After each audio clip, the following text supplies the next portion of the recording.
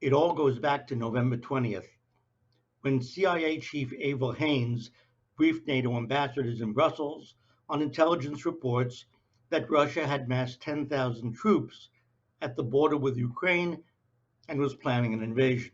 This past week, according to CNN, an unnamed White House official, possibly Jake Sullivan, mentioned a 4-week window left to prevent such an invasion, noting that, were that to happen, the sanctions against Russia would be overwhelming, immediate, and inflict significant cost on the Russian economy and their financial system. While such accusations were met with skepticism by the Europeans and rejected by the Russians, the reality is a massive buildup and activity of NATO forces in Ukraine. CIA leaker David Ignatius told the Washington Post that the U.S. is planning to support anti-Russian military insurgency in Ukraine. In a recent briefing, Kremlin spokeswoman Maria Zakharova reported that 10,000 NATO soldiers, including 4,000 Americans, are already stationed and active in Ukraine.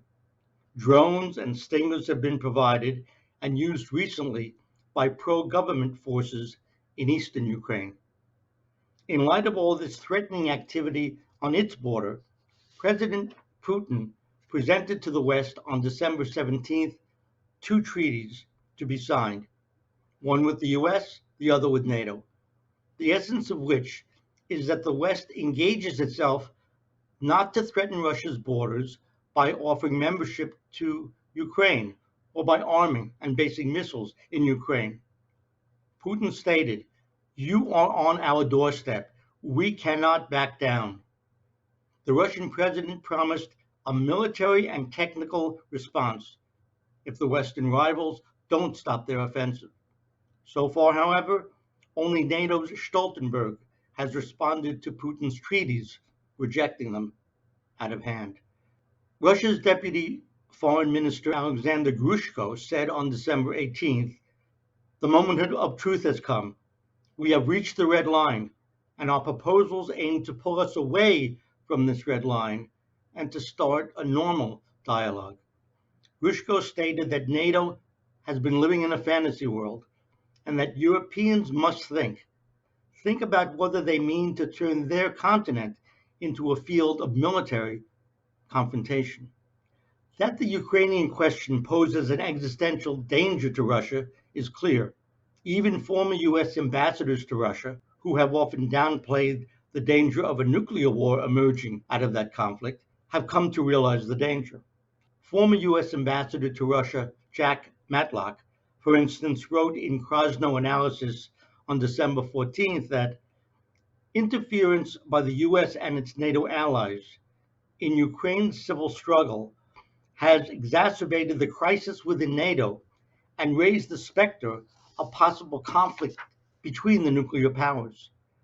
Russia is extremely sensitive about foreign military activity adjacent to its borders. He added, as any other country would be, and as the United States has always been. Russia has signaled repeatedly that it will stop at nothing to prevent NATO membership for Ukraine. Ukraine's friends in Europe and America should help them understand, rather, that Ukraine is pursuing what could easily turn out to be a suicidal course, he concluded. Back in October 1962, it was the US southern border that was being approached closely by Soviet soldiers and missiles in Cuba, which threatened a devastating first strike. Today, it is the relentless march of NATO closer and closer to Russia's borders. 60 years ago, President John F. Kennedy said, "Within the past week, unmistakable evidence has established the fact that a series of offensive missile sites is now in preparation on that imprisoned island." And he said that this is in an area well known to have a special and historical relationship to the US and is a deliberately provocative and unjustified change in the status quo, which cannot be accepted by this country. How were President Kennedy's demands that the Soviet Union remove and never again try to place nuclear-capable missiles and aircraft virtually on the U.S. border and in an area with a special and historical relationship to the U.S., different from President Putin's agreement proposed on December 7th to President Biden, that the United States ensure that Ukraine would not join NATO and thereby have US and NATO forces and missiles of various types placed right on Russia's border and in an area with a special and historical relationship to Russia, in fact, for centuries a part of it.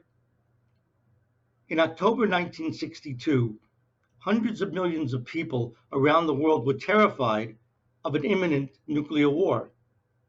And now, it is long past time for our populations to wake up and act.